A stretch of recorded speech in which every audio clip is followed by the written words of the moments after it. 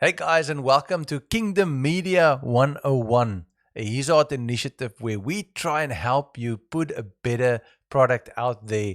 And today, as promised, we are going to start looking at PC recording, and we are going to be looking at a product called Audacity. You might have heard of Audacity before, but it's a very, very powerful product. And in this segment, I'm only going to give you some information. I'm just going to give you the basic things that I use when I do recordings. But there are thousands of tutorials that you can go and check online. So without any further ado, let's look at it. Again, if you want to support our ministry, you are more than welcome to support us. We have a non-profit company, and we do these things at absolutely no charge. There's the ministry details. And then also, if you need to contact us or if you have any questions, in the future, we're going to be doing what we call a Q&A. So you will have an opportunity to put your questions forward. And if you want to do a Q&A with us, ask us some questions, maybe ask some advice. And again, I mentioned to you the other day that we are going to be bringing in some experts. So it's not that I have all the answers. In fact, I don't have all the answers. But we will bring people in that do have the answers. So let's go to a downloader and just have a look at the website for Audacity. So we can go there, and what you see then is you have it for Mac and you have it for Windows. So all you do is type into Google Audacity software download, and you will find the first site that you find will be normally the Audacity site. And once you've found that site, you can actually download the software to your local computer. It will store it somewhere on the computer, so I'm not going to run through that for the sake of time. But normally it will store it on the computer. You can normally direct where it will either go to the downloads folder or it will go to a predefined folder that you've told it to go to. And then once you've installed it, currently the current version of Audacity, once you've installed that, you don't need to install anything else. And normally the desktop icon will be available on your screen right in front of you. So you have an opportunity then to load it. And here I'm back. After you've loaded it, you will be introduced to a screen that looks like this. You might have a little hint screen popping up, but don't worry about that. Just close that out. And here we are on the main screen. And like I did some training with a pastor yesterday, I don't want to go into too much details. It's critical, I think, that we keep this simple. Keep it simple, because at the end of the day, if you do too much stuff, then people lose everything. So I want to run through just a few things that you have to check before you start your recording. There's a few ways that you can bring your music in. The one is obviously you can drop and drag anything into Audacity. So what you can do is you can take any MP3 file. Maybe you've recorded something on your smartphone and you've now sent it to yourself via WhatsApp or email, or you've put it in Dropbox and you've got that file and now you want to put it in Audacity. You can just grab the file and you can straight drop it in. So you take the file and you just drop it into Audacity, and then it will start importing the song for you. It doesn't matter if it's MP3 or if it's WMA, it will import that for you. But I'm not going to do right now. Let's just close that out. So let's just run through a few of the things that I think is critical for you. The first thing you need to do is have a look at the icon here. Here you are selecting your mic source. So if you, for instance, have a product like I've got, you see where it says USB microphone, where it says different, this is the Realtek microphone. Now, out of experience, I know that Realtek microphone is actually my computer's mic. So I can record the whole thing, have all the equipment in place, and record it on the wrong source. That won't be very helpful. So I have to go to the USB microphone, which is my USB mic that runs through audio codecs. This is a mixer I've got plugged into the unit. And what I can do now, if I wanted to, I can actually check the levels right there. You see, I can check how loud it is, how soft it is, and so I can determine. Now, the one thing we have to be careful, and maybe this is just a bit of basic audio training, is in the audio signal, you don't want it to peak in the red all the time, because once it does that, it ends up sounding distorted. That is when the audio wave is cut off, and I'll show you what that looks like now. Maybe if you can see that. So now I've got the right audio source selected there. I know that I'm recording from my microphone into the software. Now, for instance, if I press record, it starts recording, and you can see the size of the audio waves there. So you can see how loud it is in terms of decibels. If I do that, you will notice that we have a problem there. And let me just open that up a bit for you. You will see that the audio wave is cut off at the top. That is what peaking means. So that's why you don't want that to be too loud, because that then will sound distorted. These will sound proper, but that will sound distorted. So this is just sort of basically the overview of, just checking your levels, making sure your levels is right. And you've got a volume control here that you can adjust the record volume. And also you can adjust your computer's input volume, and you can also adjust the mixer or the device that you normally record on. So there's normally 3 places where you can adjust that volume. I don't want to go into those technical things too much. You can always ask us if you're local to help you do the setup. We will help you. And also, if you're buying the hardware from a reputable hardware reseller, your audio recording hardware, they will all be able to help you, to show you where the volume adjustments are and stuff like that. So let me just take you through a basic recording, and really I'm going to do this basic. There are thousands of Audacity tutorials online, so I'm not going to try and do a full overview of the product. I'm just going to take it to the point where you can record straight away. So say, for instance, you're a pastor, you're a teacher, maybe you're doing some school classes, you now want to record an audio of yourself. You've downloaded Audacity, as I've shown you. You've installed Audacity. Now you've gone into Audacity. All your equipment is already connected to your computer. You've checked here that the device that you're using is the correct device. You've checked the volume by clicking there and the level of the volume. You've also adjusted the volume. Now you're ready to record, basically. The basics of recording is the same. There's a lot of things that you can read up on this. You can watch videos on it, but it's the positioning of the microphone, the acoustics of the room, the position that you're sitting, and the pickup pattern of your mic. And like I say, we will have experts to explain those things in probably in future episodes. But for now, we want to keep it simple. So we're ready to record. We've checked our levels, and now we push the record button. Okay, so this is how we would do it. We start off always, and I'll show you now why I'm saying this. And like I say, this is the Richard Murphy method. I've picked this up from other people. So some of this could be wrong, it could be right. You need to verify the facts. But you start off in Audacity by recording 10 seconds of room silence. So let's do that quickly.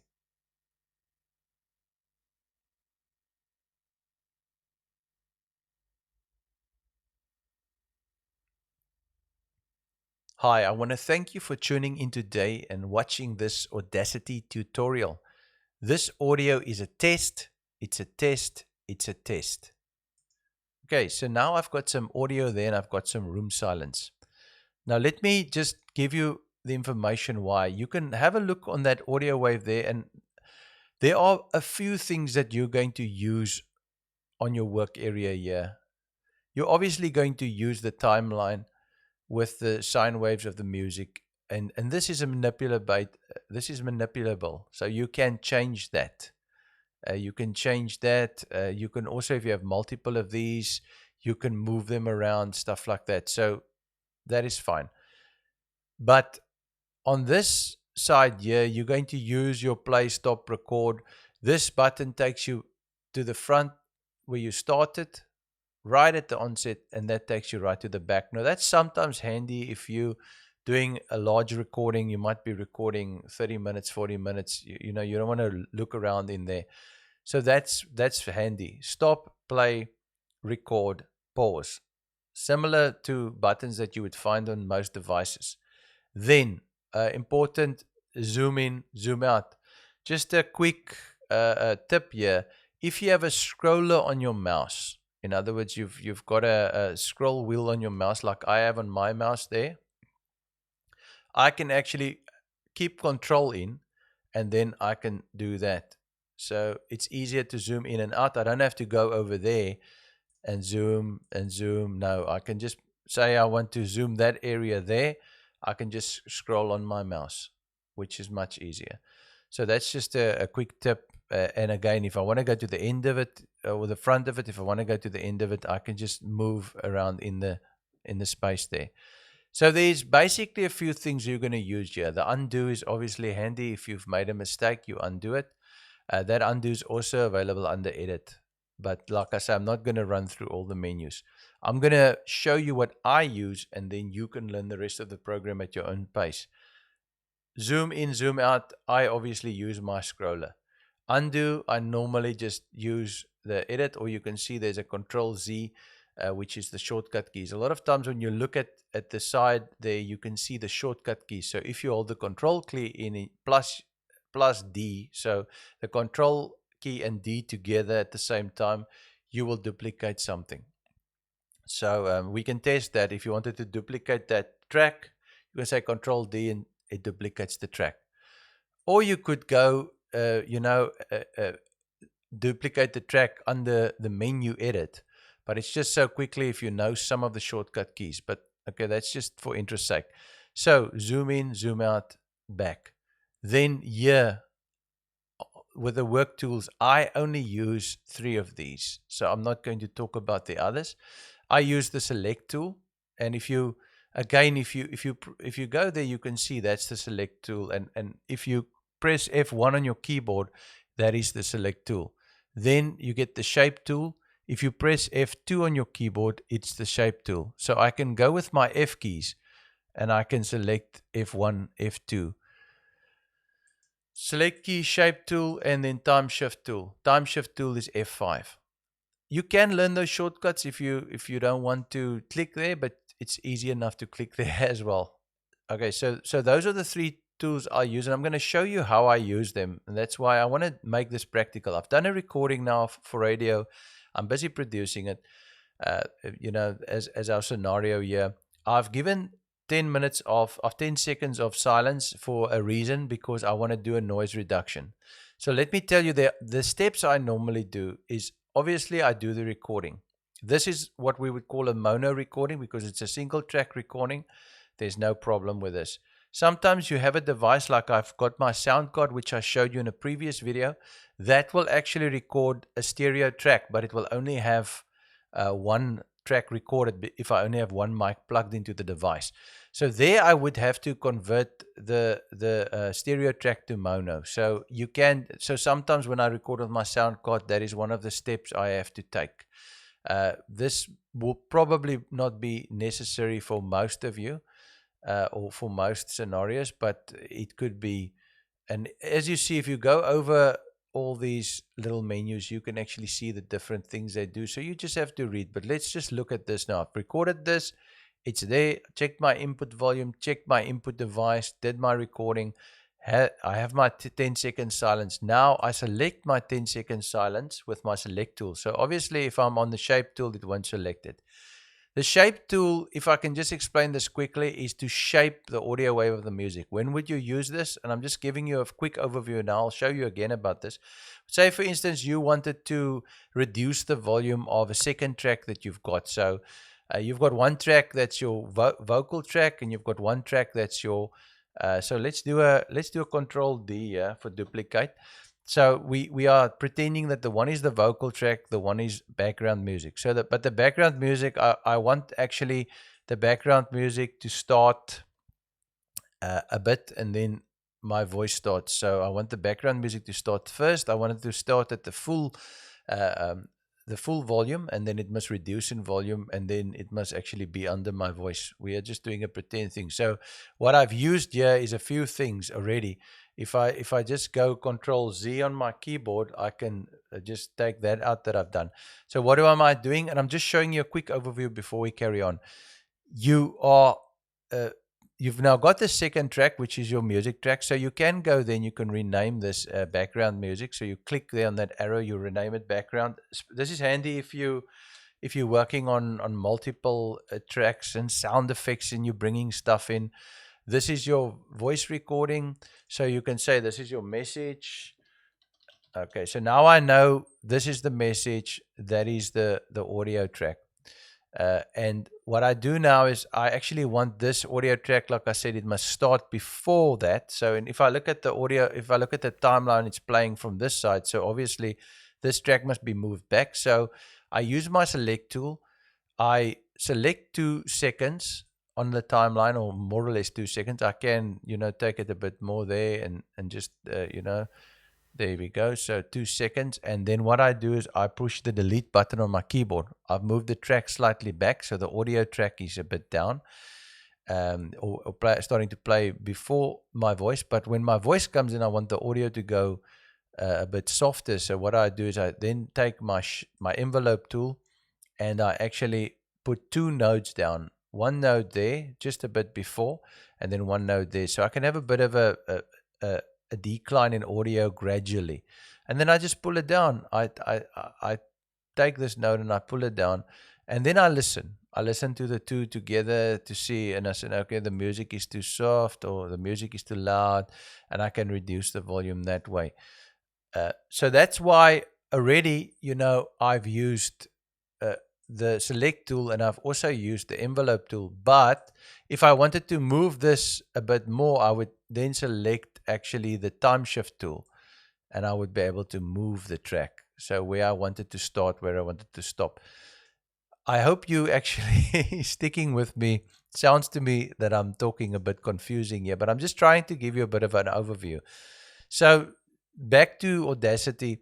I've now recorded the track. I've put my music in, and now I want to actually reduce the background hiss. Now the background hiss, as I understand it, is actually the air that the mic is picking up in your environment, and it makes a bit of a shh, and you'll hear that on tracks, especially if you start amplifying tracks. You'll hear that. So you want to get that out. And what you normally have to do in Audacity is you have to select your first 10 seconds that I asked you to record. Then you have to go to effects. Then you have to go to noise reduction. Once you've gone to noise reduction, you need to get the noise profile. Now that means that it will actually get that profile and that sound, and then know what to actually remove from the rest of the recording. So once you've selected the noise profile, and you've gotten the noise profile by pushing get the noise profile, you select the entire track, then you go to noise reduction again, and then you say okay. And once you say okay, yeah, it's now taken the background noise out. Now for some other reason, and like I said, I'm not extremely technical about this, but I do this process a few times and I listen to it. So I get the noise profile, I then select the track again, and I do the noise reduction. I do it a few times to get all the background noise out.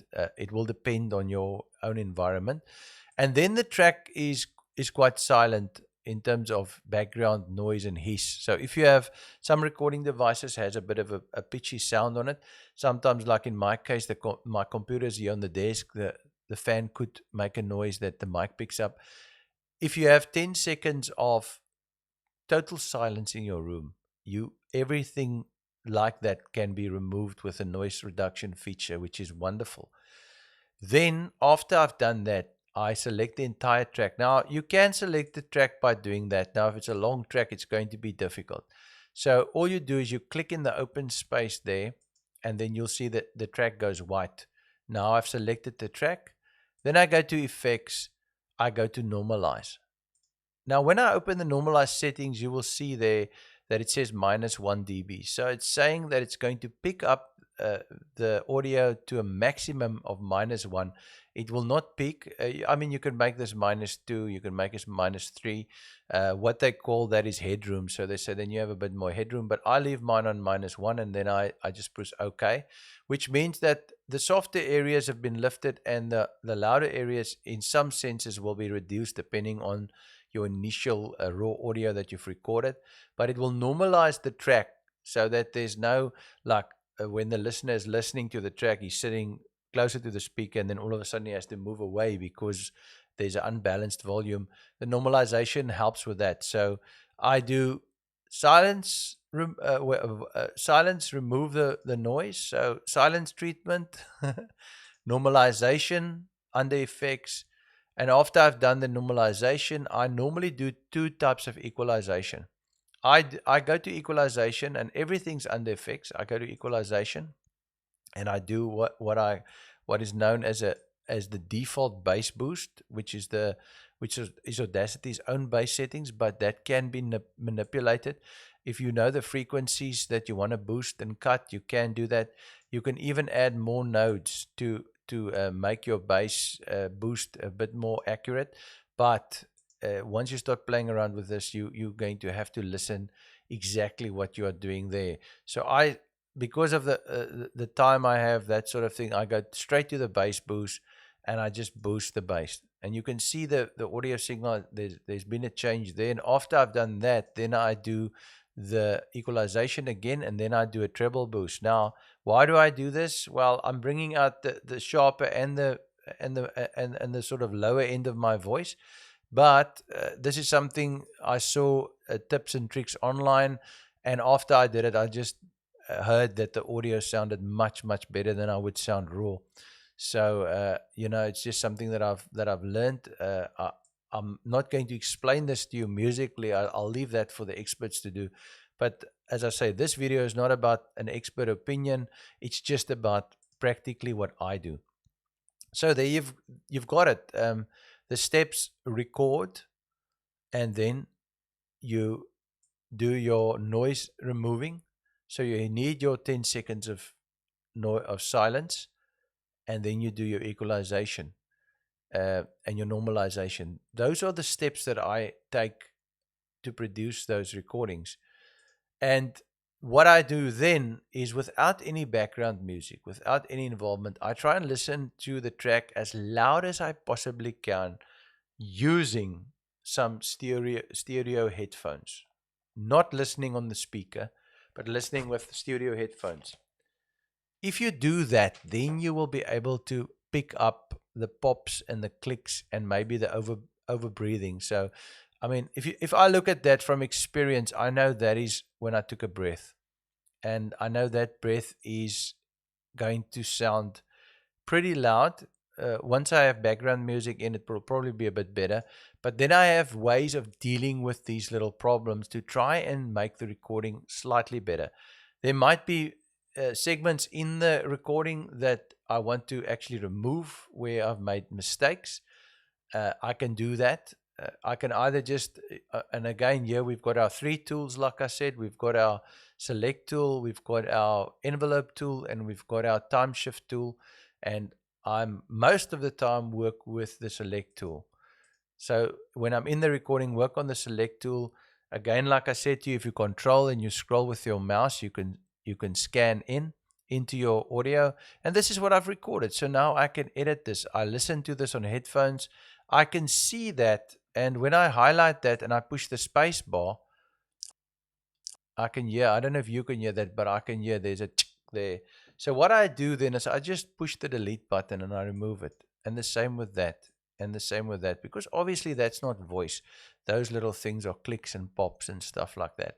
Now when it gets a bit tricky when you've got one in there. And like I say, you need to listen to the track to actually determine. But if you zoom in there by pressing Control again, or by going there, if you don't have a scroll mouse, you can actually see that, and you can scroll like way out, and then you can go listen to it with a space bar to see if, for instance, that is any voice related recording. No, that is just a tick, so I can take that out. So again, now I've taken that out, and what I do is I just try and tweak the recording. Now what you notice here, and just a word of advice for somebody that's been doing this now for a few years, the better your initial recording, the less time you'll spend on this kind of work, it can be intense. I mean, if you're doing a podcast and you doing 1 or 2 episodes a week, and you're running 8 minutes or 20 minutes or 30 minutes an episode, then this can be quite crazy to do. So you need to make sure that your recording is as good as possible. That means, and I've said this in some of the previous videos, that means your recording environment. your recording volume. What I found through the years is actually recording at a slightly lower volume is better for me because it will pick up less of my breathing, and it will also pick up less of the room sounds that come up, like when I put something down on the table or when I touch the keyboard, that kind of thing. When you touch the keyboard, all of those things will contaminate, if I can put it that way. It will contaminate your recording. So what you need to do is actually not record at the full volume. Not record. It's better to actually, even if I'm looking at recording volumes, it's better to actually even record like, okay, not nowhere, but there. I would say personally, and I say again, I can be contradicted on this, but in my opinion, that's sort of a comfortable level that I will be recording at. And you can see it doesn't show like very greatly on the sine wave. But what I found is recording at a lower volume for myself and in this environment doesn't pick up the computer fan, doesn't pick up all the other things. So there's a lot of things that you need to actually look at. And now I've even pulled down my live volume by pulling this, because this is actually managing the Windows recording volume or the input volume of the USB device.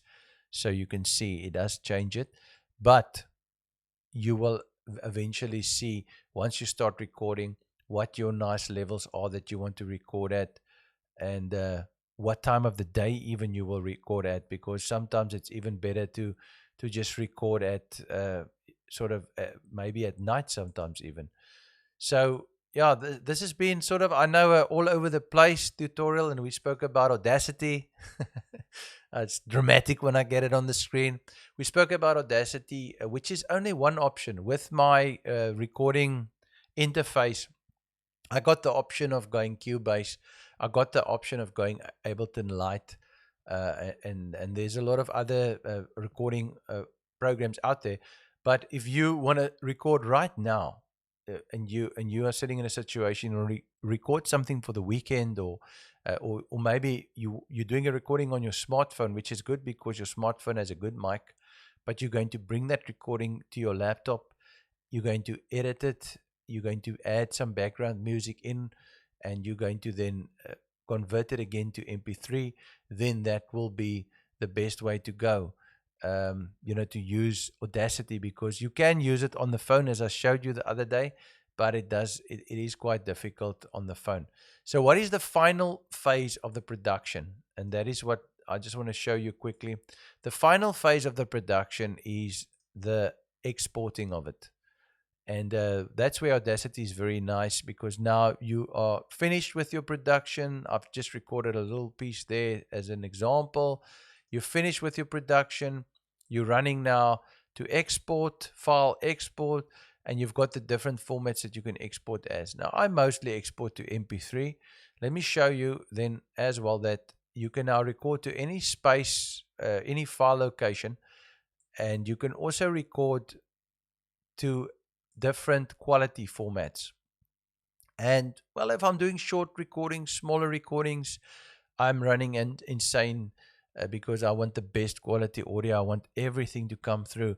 So I'm doing insane. But on Medium, I've done some ads and nobody's complained. So the quality is still very, very good. I think the human ear will probably not really hear the difference. But if you've got some complex frequencies in there, it will probably be better to go for the insane size. And then once you've selected that, you just press on save, and it will actually export that file and place it at the location where you wanted it, and then you can share it from there. So that's been, I must say, quite a daunting Audacity tutorial. But the main thing is you can now jump online. You can have a look at various options. In Audacity, for instance, if I want to know something, like the other day I had to make something for radio, and I needed the specific effects. I needed like delay, or I wanted to sound like a robot. You just go on YouTube and you say, Audacity, want to sound like a robot. And there'll be 5 or 6 or 7 different ways of doing that. So it's sort of learning as you're going on, and learning what you need, not what you don't need. I probably use 5% of the even Audacity's capacity, not even talking about maybe the paid programs, But what I find is at the end of the day, it's not about how well I know the application. It's not about how I can wow people with what I know. It's about the production. It's about what they hear when they listen to the production.